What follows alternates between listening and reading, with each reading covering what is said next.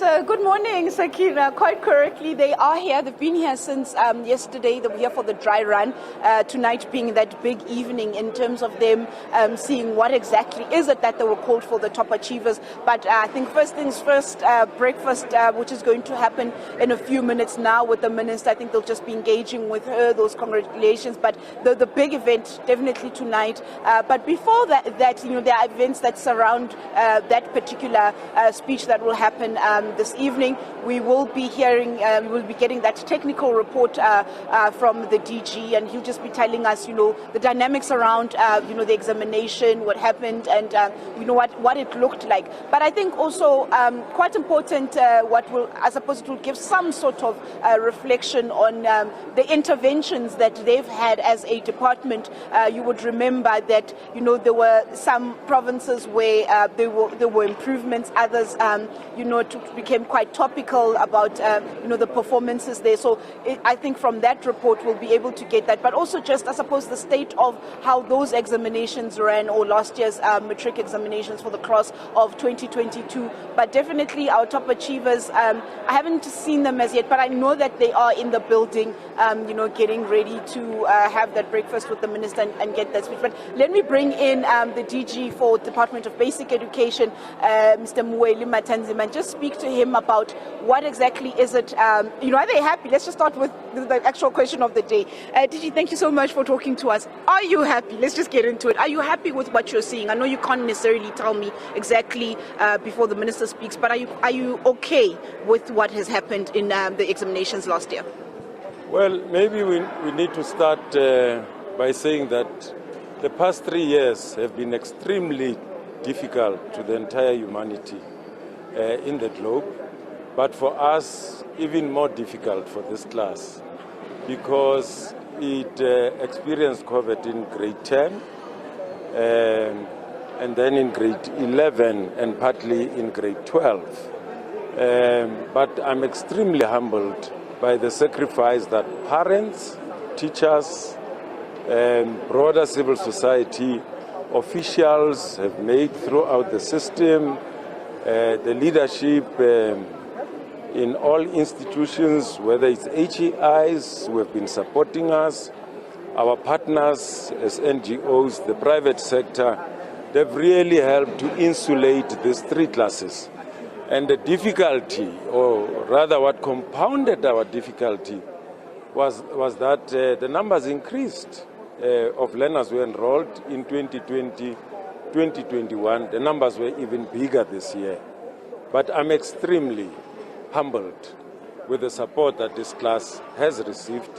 And of course, the reception and the traction that the class has demonstrated. I've gone through all the 9 provinces, virtually all the 75 districts, meeting with these learners.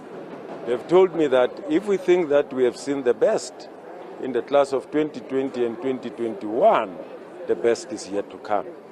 And we are waiting with bated breath of that real best that was yet to come this evening. And you speak of the numbers that there's, you have quite, I think it's about 900 or so thousand, candidates that sat for the paper.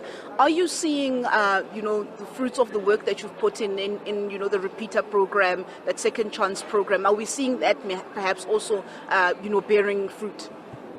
Well, with repeater candidates, the first thing is that you need to build confidence in them. To garner that confidence to come back and write.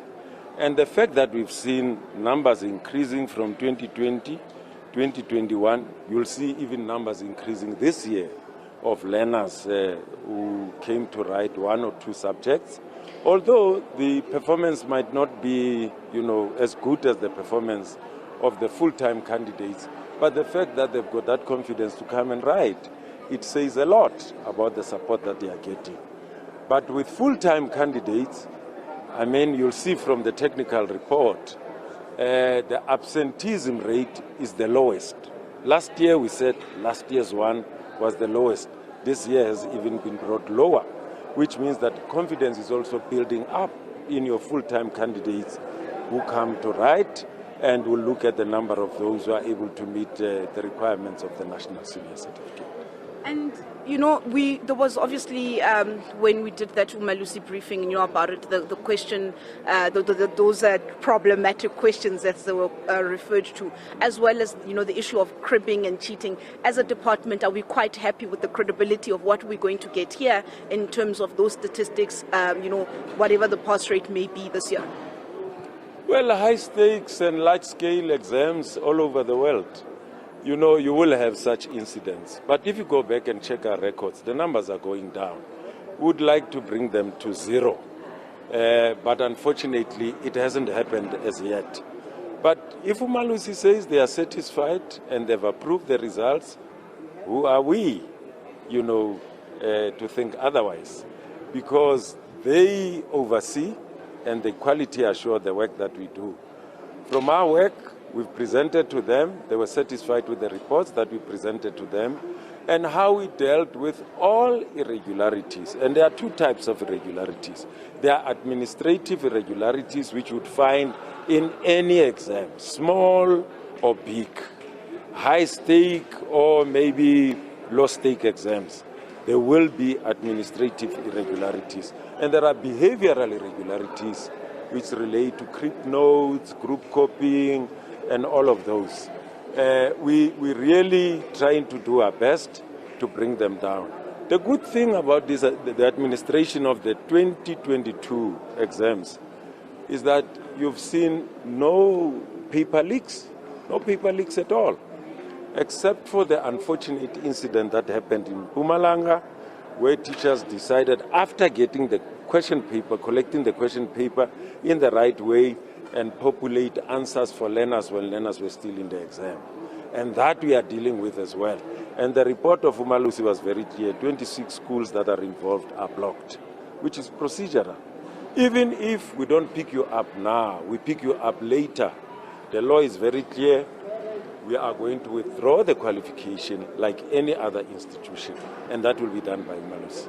Thank you so much, DG. Thank you so much for your time. You heard there, Sakina, the DG of the Department of Basic Education, just telling us about, he speaks about EPT, that there are less learners, especially with the full-time candidates that were absent. That's going to come out in his technical report, which is happening here later on at about 4 p.m., speaking about, the increase in terms of the candidates, saying they're seeing a greater increase, the irregularities. They've blocked the schools that have been involved in that. But I think we'll get more tonight when the minister, I think, the big question today is what did the class of 2022 achieve in terms of that national pass rate, and where the province is sitting for the academic year of 2022. Mahlako Komane, thanks so much. And of course, we will be crossing back to you as those proceedings develop and that breakfast gets underway. Mahlako Komane there for us at the breakfast, where the Minister of Basic Education, Angie, Motshekga, will be hosting a breakfast in honor of the top achievers of the Matric class of 2022.